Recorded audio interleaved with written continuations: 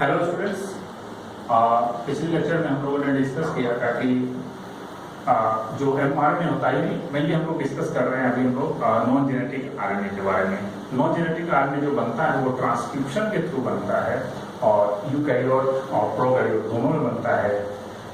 Eukaryote की बात करें तो जो डीएनए होता है वो डीएनए कहाँ प्रेजेंट होता है? न्यूक्लियस में, इसलिए ट्रांसक्रिप्शन कहाँ होता है?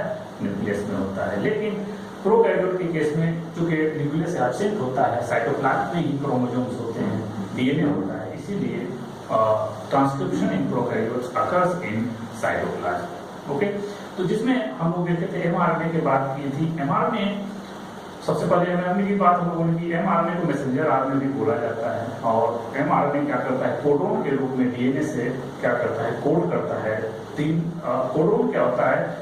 3 बेस का एक सीक्वेंस होता है जो एक स्पेशल अमीनो एसिड को कोड करता है।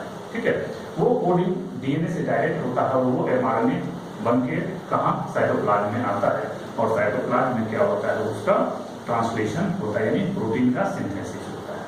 तो हम लोगों ने पहला एमआरएनए के बारे में देखा था डिटेल में कि एमआरएनए क्या होता है।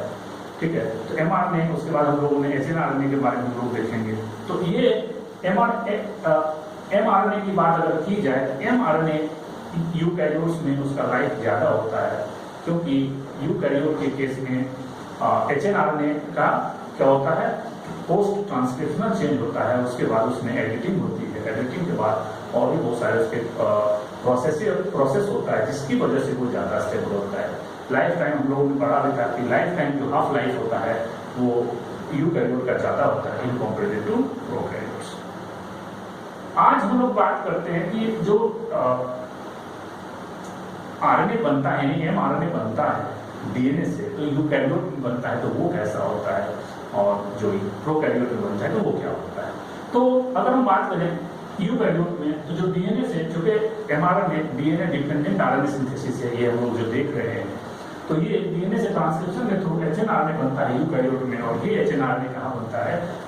न्यूक्लियस में। और न्यूक्लियस में बनने के बाद क्या होता है? इसका पोस्ट ट्रांसक्रिप्शनल चेंज हो जाता है।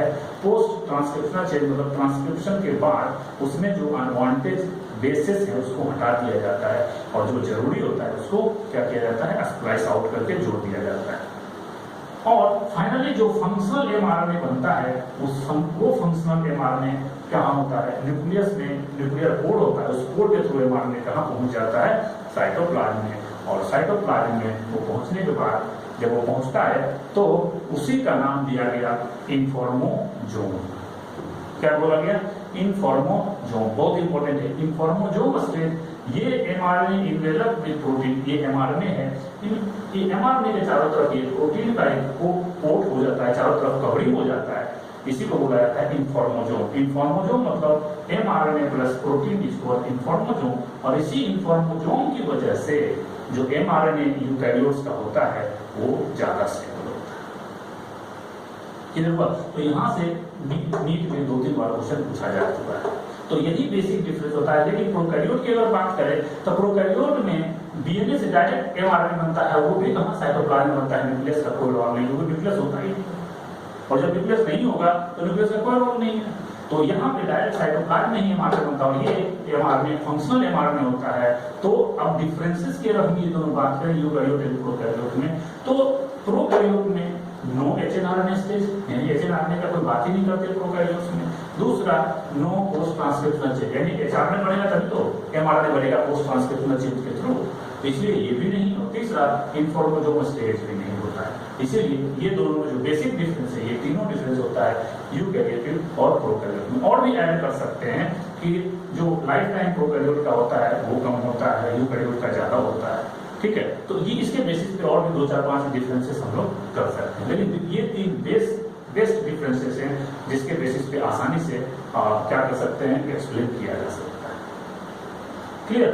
अब बात करें कि जो एमआरएनए है ये हमेशा सिंगल स्ट्रैंडेड होता है। सिंगल स्ट्रैंडेड मतलब जो कोडोन है इस पे क्या होता है? वो इस फॉर्म में प्रेजेंट होता है, और इसी पे क्या होता है? कोडोन जो है ये 3 अमीनो एसिड का जो है वो सीक्वेंस होता है, और 3 बेस का सीक्वेंस होता है, और वो 3 बेस क्या होता है? उस पे 3 के रूप में वो क्या होता है? प्रेजेंट होता है कोडोन। और वो कोडोन अगर एमआरएनए अगर ये सिंगल स्ट्रैंडेड अनपेयर्ड है तब तो ये फंक्शनल होगा, लेकिन अगर ये गलती से ये क्या हो गया, पेयरिंग कर लिया, तो पेयरिंग कर लेने के बाद जो इसका प्रॉपर्टी है, जो इसका सिंथेसाइज करने की प्रॉपर्टी है, या कोडोन जो है वो कोडोन जो है वो इनएक्टिव हो जाता है। क्यों? क्योंकि ये सारे बेस आपस में ही कंबाइंड हो जाते हैं और ये फंक्शनल नहीं रह पाते हैं, ये राइबोसोम के साथ बाइंड नहीं कर पाता है। और ये यूं कह सकते हैं कि अगर एमआरएनए की पेयरिंग हो गई तो प्रोटीन की सिंथेसिस नहीं होगी, ट्रांसलेशन उसका नहीं हो सकता है, यानी एमआरएनए वो बेकार हो जाएगा। ठीक है, तो इसका मतलब यही है। यहां से क्वेश्चन पूछा गया कि अगर एमआरएनए की पेयरिंग होगी तो क्या होगा। एमआरएनए की पेयरिंग अगर हो गई तो एमआरएनए की प्रॉपर्टी वैनिश्ड हो जाता है, खत्म हो जाता है। ठीक है, अब बात हम करते हैं कि ड्यूरिंग प्रोटीन सिंथेसिस यही एमआरएनए जो अनपेयर्ड बेसिस का ये लाइनिंग है या सीक्वेंस है, ये होता है ड्यूरिंग प्रोटीन सिंथेसिस। वो राइबोसोम्स 11th में आपने पढ़ा होगा कि राइबोसोम्स क्या होता है, 2 यूनिट का बना होता है, एक स्मॉलर यूनिट एक लार्जर सब, 2 सब यूनिट का बना होता है। और प्रोकैरियोट में 70S का होता है, S मतलब सेडिमेंटेशन कोएफिशिएंट होता है, और 80S मतलब वो ज्यादा बड़ा साइज में होता है, यानी S जो साइज बताता है कि किसका साइज ज्यादा बड़ा है। तो 70S जो प्रोकैरियोट्स में मिलता है उसमें एक स्मॉलर एक लार्जर सब यूनिट जुड़ता है, फिर उसमें एक 30 होता है, 50 सब यूनिट होता है। यानी स्मॉलर जो होगा वो जो 30S होगा और जो लार्जर होगा वो 50S होता है। लेकिन यूकैरियोट के केस में जो राइबोसोम्स होते हैं वो 80S टाइप के होते हैं, और 80S में जो स्मॉलर यूनिट होता है वो 40S का होता है, और लार्जर सब यूनिट का होता है 60S का होता है। तो वो वहाँ का पोर्शन है, ये डिस्कशन राइबोसोम के बारे में राइबोसोम में डिस्कस देखना होगा। तो ये एमआरएनए जब प्रोटीन की सिंथेसिस होगा तो ये सबसे पहले स्मॉलर सब यूनिट, चाहे वो प्रोकैरियोट का हो या यूकैरियोट का, उससे जाके सबसे पहले बाइंड करता है और तब जाके लार्जर सब यूनिट आता है, प्रोटीन का सिंथेसिस होता है। हम लोग ट्रांसलेशन में इसका थोड़ा सा डिटेल में देखेंगे कि कैसे आता है और कैसे प्रोटीन का सिंथेसिस होता है। तो एमआरएनए जब प्रोटीन का ट्रांसलेशन हो रहा होता है, प्रोटीन की सिंथेसिस हो रही होती है, तो ये सबसे पहले किसके साथ बाइंड करता है, स्मॉलर सब यूनिट के साथ, और तब जाके प्रोटीन की सिंथेसिस होती है। ठीक है, अब बात करें ट्रांसफर आरएनए की बात इसके बारे में, एमआरएनए के बारे में। और अब आता है सेकंड नंबर पे ट्रांसफर आरएनए। ट्रांसफर आरएनए का ही दूसरा नाम है एडॉप्टर आरएनए, इसी का नाम है सॉल्युबल आरएनए। सॉल्युबल आरएनए इसलिए इसको बोला जाता है क्योंकि ये बहुत ही सबसे स्मॉलेस्ट साइज का होता है, यानी टोटल आरएनए में सबसे छोटा साइज इसी का होता है, और छोटा साइज होने की वजह से ये आसानी से क्या होता है, सॉल्युबल फॉर्म में मिलता है। और सॉल्युबल फॉर्म में मिलने की वजह से क्या होता है, इसको सॉल्युबल आरएनए बोलते हैं, और इसी को एडॉप्टर आरएनए भी बोला जाता है। इसी को टी मतलब ट्रांसफर ये क्या करता है, इसका मेन फंक्शन होता है कि ये एमआरएनए के साथ आके बाइंड करता है, और इसी के साथ एमिनो एसिड आके क्या होता है, राइबोसोम पे आके बाइंड होता है। वही एमिनो एसिड आपस में मिलकर क्या बनाता है, प्रोटीन बनाता है। यानी ये during protein synthesis amino acid को कैरी करके कहां लाता है, राइबोसोम पे, किसके लिए, प्रोटीन के सिंथेसिस। क्लियर? तो अब इसकी बात करें कि ट्रांसफर आरएनए के बारे में सबसे पहले जो साइंटिस्ट ने रिपोर्ट किया था वो साइंटिस्ट का नाम था रोगलेट। और परसेंटेज की बात करें, ये एमआरएनए से ज्यादा होता है, 10 to 15% होता है इसका अमाउंट। हमारे पूरे बॉडी में है जितना भी प्रोकैरियोट या यूकैरियोट होगा, इसका अमाउंट 10 to 15% वेरी करता है, और लाइफ स्पान इसका एमआरएनए से ज्यादा होता है, और राइबोसोमल आरएनए से क्या होता है, कम होता है। अगर हम इसको देखें अकॉर्डिंग टू डिसेंडिंग ऑर्डर्स, तो राइबोसोमल आरएनए का सबसे ज्यादा होता है लाइफ स्पान, ट्रांसफर आरएनए, और सबसे कम क्या होता है, एमआरएनए का। एमआरएनए का इसलिए कम होता है क्योंकि प्रोटीन की सिंथेसिस होती है, उसके बाद काम खत्म, एमआरएनए का काम खत्म। लेकिन ये ट्रांसफर आरएनए क्या करता है, ट्रांसफर आरएनए बार, चूंकि ट्रांसफर आरएनए का जो रॉड होता है वो बार बार वो एक ही अमीनो एसिड को बहुत सारा सीक्वेंस क्या करता है, कैरी कर सकता है। तो वो ट्रांसफर आरएनए को बार बार राइबोसोम पे प्रोटीन सिंथेसिस के लिए आना पड़ता है, इसीलिए ट्रांसफर आरएनए की जरूरत ज्यादा पड़ती है। और सबसे ज्यादा राइबोसोमल आरएनए होता है, अप्रोक्सीमेटली 80% पार्ट जो टोटल आरएनए का होता है वो राइबोसोमल आरएनए का ही होता है। क्यों? इसलिए क्योंकि, और ये सबसे ज्यादा इसलिए होता है क्योंकि ये राइबोसोम का पार्ट होता है। यानी प्रोटीन की सिंथेसिस हमारे बॉडी में हमेशा होनी ही होनी है, और हमेशा होनी है, तो वो होना भी चाहिए, राइबोसोम्स होने भी चाहिए, और चूंकि राइबोसोमल आरएनए राइबोसोम को बनाता है।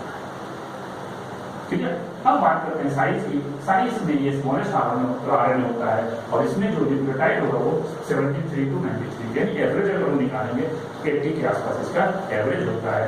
और हम एमआरएनए के बारे में देखे थे कि उसका जो साइज होता है वो क्या होता है 300 न्यूक्लियोटाइड का होता है। ठीक है, मोलिकुलर वेट अगर हम देखें तो 2.5 to 3 के बीच में वैरी करता है, 2.5 to 3 into 10⁴ डाल्टन के आसपास होता है। ठीक है, ये 3 डाल्टन के आसपास होता है। सो सेडिमेंटेशन कोएफिशिएंट की अगर हम बात करें, सेडिमेंटेशन कोएफिशिएंट मतलब इसका साइज क्या होगा, ये 3.8s होता है, यानी ये स्मॉलर साइज में होता है, सबसे छोटा साइज में होता है। और इसका मेन काम जो होता है वो क्या करता है, एमिनो एसिड साइटोप्लाज्म से उठाता है और कहाँ पहुंचाता है, राइबोसोम। पहला काम ये, और दूसरा काम ये जेनेटिक कोड को रीड करता है।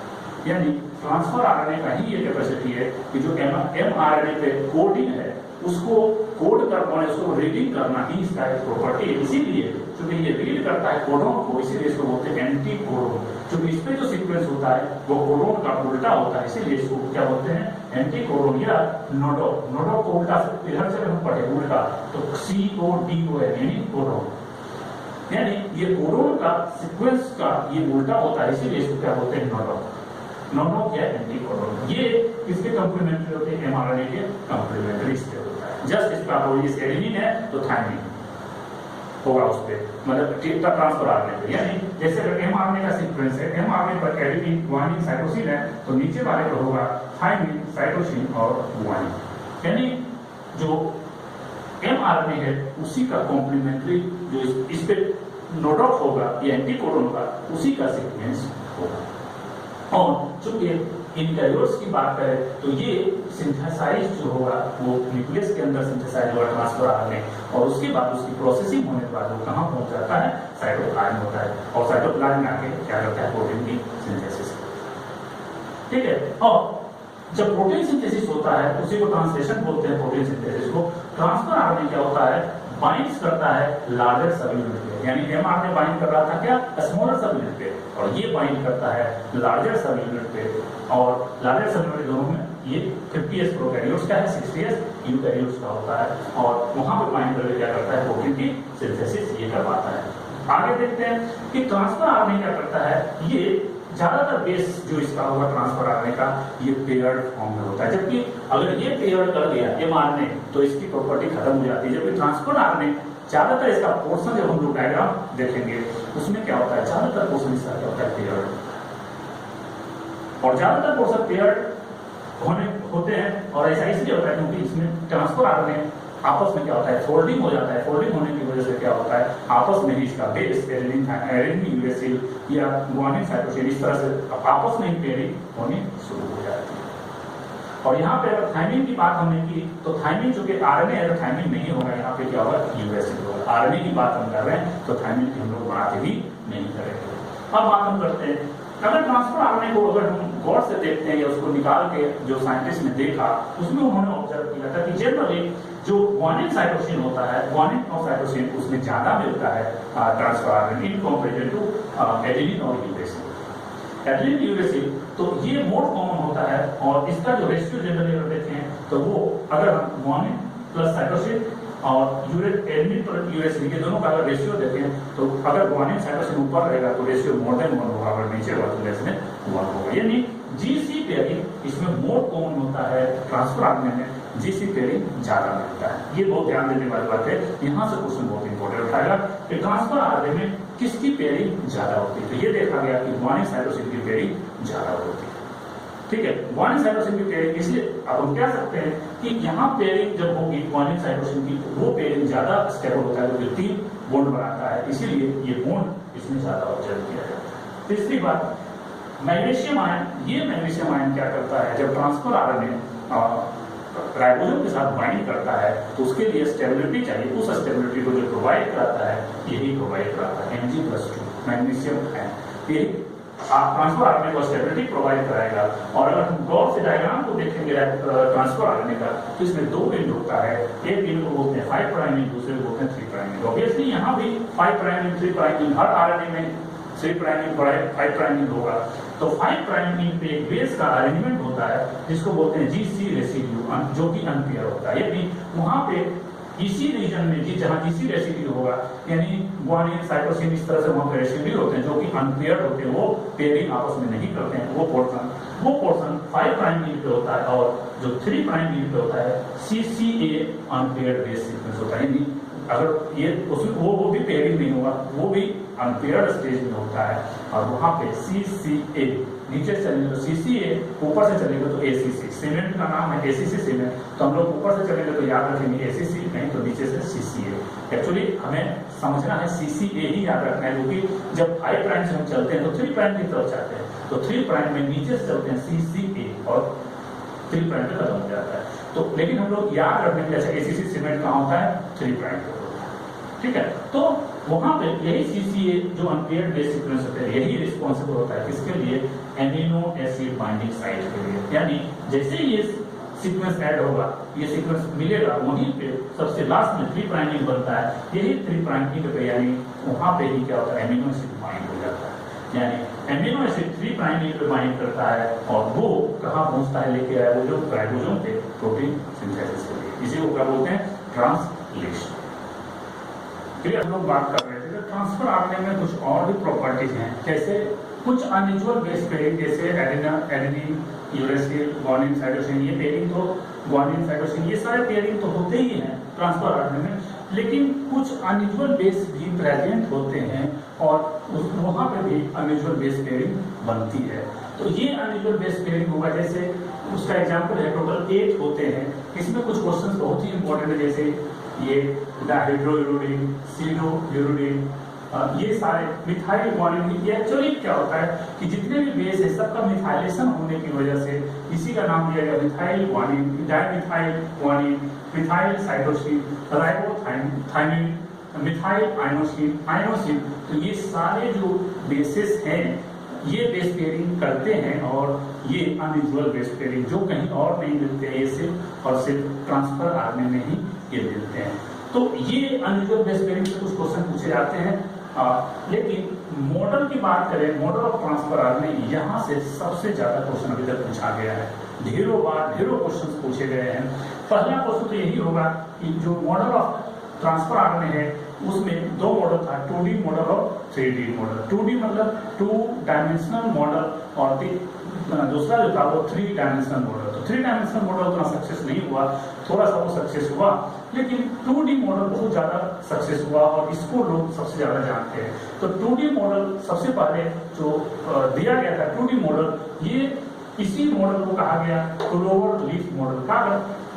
ऐसा इसलिए कहा गया क्लोवर लीफ मॉडल बिकॉज जो ये ट्रांसफर आरएनए था वो ये इस तरह का स्ट्रक्चर बनाता था। जब उसका डायग्राम देखा गया तो वो डायग्राम में देखा गया कि ये क्लोवर लीफ के जैसा दिखता था। क्लोवर मतलब होता है लॉन्ग, हम लोग जो लॉन्ग खाते हैं उसका जो लीफ देखोगे गौर से तो वो इस तरह का डायग्राम दिखता है। इसीलिए क्योंकि ये हम ट्रांसफर आरएनए की देखें तो ये ट्रांसफर आरएनए क्या दिखता है, ये 3 लीफ के जैसा दिखता है, और ये जो ये है क्लोवर लीफ के जैसा दिख रहा है, इसका नाम दे दिया गया क्लोवर लीफ मॉडल, या इसे बोलते हैं 2D मॉडल। इसको देने वाले जो सबसे पहले साइंटिस्ट थे वो साइंटिस्ट रॉबर्ट हॉले थे। इन्होंने ये बताया था कि जो ट्रांसफर आरएनए इन्होंने ईस्ट से एक्सट्रैक्ट किया था, उसका नाम दिया ईस्ट एनानाइल ट्रांसफर आरएनए, ठीक है। तो ईस्ट एनानाइल ट्रांसफर आरएनए जो होता है ये क्या किया कि सबसे पहले इसी के बारे में इन्होंने एलानाइल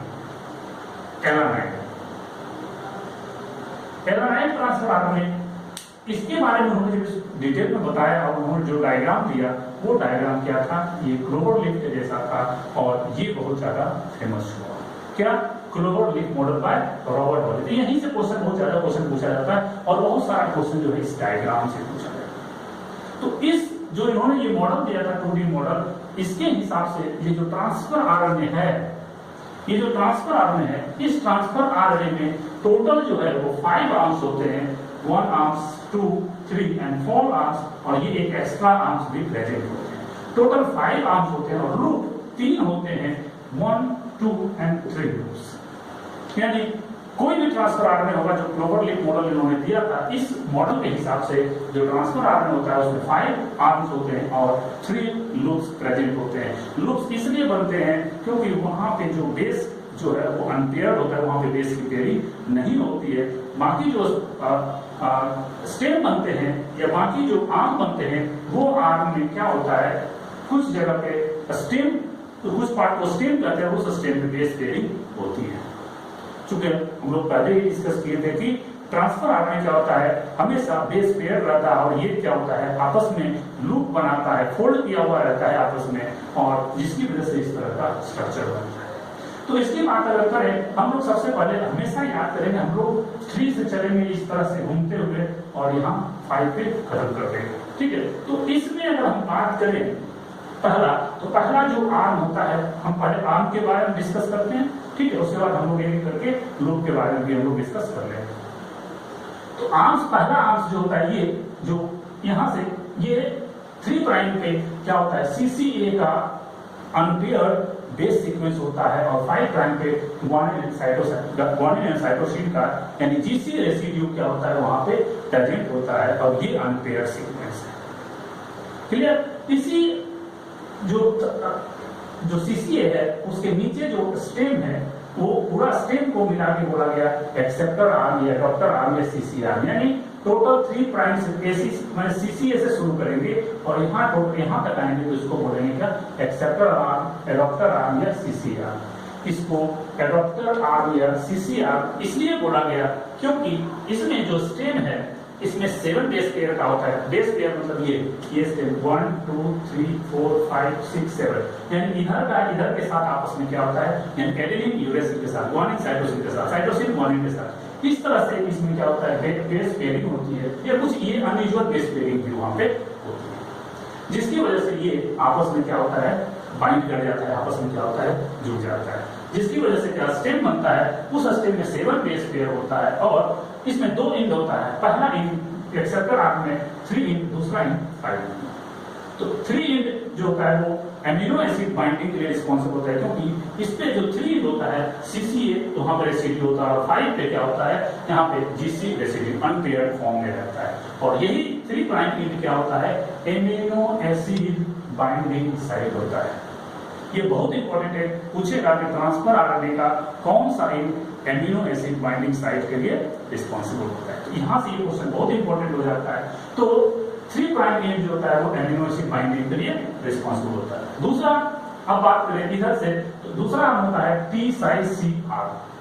T-C आर्म जो होता है उस T-C आर्म में भी दो चीज प्रेजेंट होगा, पहला स्टेम और दूसरा T-C लूप, यानी ये स्टेम और ये लूप। स्टेम में 5 बेस पेयरिंग होगा 1, 2, 3, 4, 5, यानी इधर 5 और इधर आपस में बेस जुड़ते हैं, इसलिए बेस पेयर होते हैं, यानी इस स्ट्रैंड का बेस और इस स्ट्रैंड का बेस आपस में बॉन्ड बनाता है और इसीलिए इसको क्या बोलते हैं बेस पेयर। यानी जो इसका स्टेम्स है उसमें बेस पेयर 5 होते हैं और ये लूप बनता है। ये लूप इसलिए बनता है क्योंकि यहाँ पे जो बेस प्रेजेंट होते हैं वो आपस में बॉन्ड नहीं बनाते, इसलिए वो क्या होता है लूप बन जाता है। तो इसी लूप को बोला जाता है T-C लूप। T-C लूप इसलिए बोला जाता है कि इस रीजन में टोटल 7 बेस प्रेजेंट होते हैं और इसमें जनरली ये राइबोथायमिन या यूं कह सकते हैं सीडोयूरोडिन का जो बेस है वो ज्यादा प्रेजेंट होता है, इसीलिए इसको बोलते हैं T-C लूप। यानी T-C लूप मतलब क्या हो गया, थायमिन, ये राइबोथायमिन और ये साई और सी यहाँ पे ये ज्यादा प्रेजेंट होते हैं, जिसकी वजह से इसको क्या बोला गया T-C लूप। और इसमें जो base pair total important base है, बेस पेयरिंग नहीं होती है, बेस होते हैं, जिसकी वजह से ये लूप बन जाता है। आपस में अगर बॉन्ड होता तो स्टेम बन जाता, तो नहीं, जो आपस में पेयरिंग नहीं होती इसलिए ये लूप बनता है। इसमें टोटल 7 बेस होते हैं, बेस बोल रहा हूँ, बेस पेयर में बेस 1, 2, 3, 4, 5, 6, 7 टोटल इस ग्रुप में 7 बेस प्रेजेंट होते हैं और यही T-C लूप जो होता है वो राइबोसोमल बाइंडिंग साइट होता है। यानी जब इसको प्रोटीन सिंथेसिस यानी ट्रांसलेशन के टाइम में ये राइबोसोम के लार्जर सब यूनिट पे जाता है तो यही यूनिट क्या होता है राइबोसोम से बाइंड करता है। तो राइबोसोम में राइबोसोमल आरएनए उसका सीक्वेंस मिलेगा और कॉम्प्लीमेंट्री होता है, उसके साथ ये बाइंड करता है और ये बाइंड करके क्या बनाता है, स्टेबल प्रोडक्ट बनाता है, जब बाद में आराम से ट्रांसलेशन शुरू होता है। तो ये इंपॉर्टेंट है कि जो राइबोसोमल बाइंडिंग साइट होता है वो ट्रांसफर आरएनए का कौन सा पार्ट होता है, तो ये होता है टी साइट सी लूप। क्लियर, ये हो गया टी साइट सी लूप। और ये आर्म की बात की हम लोगों ने, सेकंड टी साइट सी आर्म देखा। तीसरा आर्म होता है एंटीकोडोन आर्म। ये एंटीकोडोन आर्म, ये एंटीकोडोन आर्म की अगर बात करें, ये पूरा आर्म होते हैं एंटीकोडोन आर्म। इसमें जो स्टेम होता है ये भी 5 बेस पेयर का होता है। ये 5 बेस पेयर का इसमें स्टेम होगा और जो लूप बनेगा, ये लूप में क्या होता है, टोटल 7 बेस होते हैं। बेस और बेस पेयर, स्टेम जब भी होगा बेस पेयर में होगा और जो लूप होगा वो अनपेयर होगा। तो इस एंटीकोडोन लूप में 7 बेस होते हैं जो आपस में बाइंड नहीं करते हैं और ये एक लूप का स्ट्रक्चर बनाते हैं। और इसको एंटीकोडोन लूप इसलिए कहा गया कारण क्योंकि यही यहाँ पे जो एमआरएनए का सीक्वेंस होता है उसका कंप्लीमेंट्री सीक्वेंस बेस का इसी एंटीकोडोन लूप पे होता है, इसीलिए इसका नाम दिया गया एंटीकोडोन या नोडो लूप। यानी यही साइड जाके, यही जो एंटीकोडोन लूप है ये जाके एमआरएनए जो स्मॉलर राइबोसोम के सब यूनिट पे गया हुआ है उसके नीचे ये जाएगा और ये उसके साथ क्या होगा, बाइंड हो जाएगा। यानी यहाँ का इसी का कॉम्प्लीमेंट्री क्या होगा, एमआरएनए का होगा। और वहां पे जैसे ये बाइंड करेगा तो ये जाके बाइंड करेगा और प्रोटीन का सिंथेसिस शुरू हो जाएगा। इसका प्रोटीन सिंथेसिस की बात करेंगे हम लोग ट्रांसलेशन का डिटेल में, ये कैसे बाइंड करता है हम लोग ट्रांसलेशन में डिस्कस करेंगे। तो ये एमआरएनए, चूंकि ये एंटीकोडोन लूप एमआरएनए बाइंड करता है इसलिए इसका नाम एंटीकोडोन लूप दिया गया। क्यों? क्योंकि एमआरएनए पे कोडिंग सीक्वेंस होता है और इस पे एंटीकोडोन होता है, इसीलिए इसको एंटीकोडोन लूप बोला गया और इस आर्म को एंटीकोडोन आर्म बोला गया। और जो तीसरा चौथा की बात करें, चौथा आर्म जो होता है उसको इस पूरे आर्म को बोला जाता है डीएचयू आर्म। डीएचयू आर्म, इसके भी कुछ अनयूजुअल प्रेजेंट होते हैं, जैसे डिहाइड्रोयूरिडिन बेसिस इसमें जाते होते हैं और इसमें जो बेसिस होगा ये 8 to 12 बेस वेरी करता है। 8 भी हो सकता है, 12 हमने यहाँ पे 12 बना दिया है, लेकिन 8 to 12 के बीच में वेरी करता है और इसमें जो बेस होता है वो डीएचयू बेसिस ज्यादा होता है, डिहाइड्रोयूरिडिन बेसिस ज्यादा होते हैं। ये अनयूजुअल बेसिस हैं और इसमें जो स्टेम होगा डीएचयू आर में वो 4 स्टेम होता है। तो 4 ये स्टेम बेस पेयर, इसमें जो स्टेम होगा 4 बेस पेयर का होगा और ये डीएचयू लूप में 8 to 12 अनयूजुअल बेस होंगे। और यही डीएचयू जो लूप है, ये डीएचयू लूप क्या करता है, amino acid transfer RNA synthetases binding site, यानी जब एमिनो एसिड का और एंजाइम के साथ जो बाइंडिंग होगा वो amino acid transfer RNA syntheses, ये एंजाइम क्या करता है, ये इसी साइट पे आके बाइंड करता है जिसकी वजह से ट्रांसलेशन आगे बढ़ता है। तो ये जो हो गया ये मेन आर्म हो गया। और जो एक छोटा सा आर्म होता है इसको वेरिएबल आर्म या एक्स्ट्रा आर्म या मिनी लूप या लंप भी इसको बोलते हैं, ये नाम है अलग अलग। ये इसका इसमें क्या होता है कि इसमें जो बेसिस है ये वेरिएबल नंबर 2 से 3 से 5 भी हो सकते हैं या 13 to 21 भी हो सकते हैं। ट्रांसफर आरएनए की बात करें तो अगर क्लास 1 ट्रांसफर आरएनए है तो उसमें 3 to 5 बेस होगा और अगर class 2 transfer RNA 13 to 21 base होगा।